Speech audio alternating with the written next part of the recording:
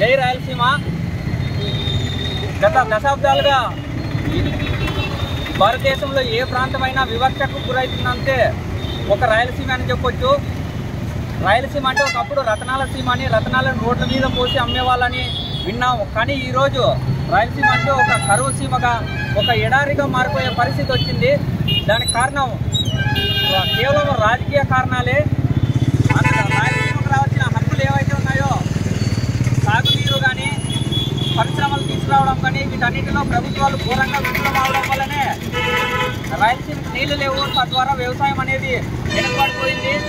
పరిశ్రమలు తీసుకురాకపోవడం వల్ల ఈ ప్రాంతం నుంచి వలసలు ఎక్కువైపోయి ఈ ప్రాంతం అనేక రంగాల్లో వెనుకబడింది. కాబట్టి ఇప్పటికైనా రాయలసీమ కోసం ప్రజలు ఆలోచించాలా, ముందుకు రావాలనే ఉద్దేశంతో రాయలసీమ విద్యావంతుల వేదిక వాళ్ళు గత 10 సంవత్సరాలుగా రాయలసీమ హక్కుల కోసం పోరాడుతున్నారు. ఇది మనం అందరూ చాలా అభినందించాల్సిన విషయం. ఇందులో భాగంగానే రాయలసీమ విద్యావంతుల వేదిక 4వ రాష్ట్ర మహాసభలు 29/2024 ప్రొద్దుటూరులో ఒక సభ ఏర్పాటు చేస్తున్నారు.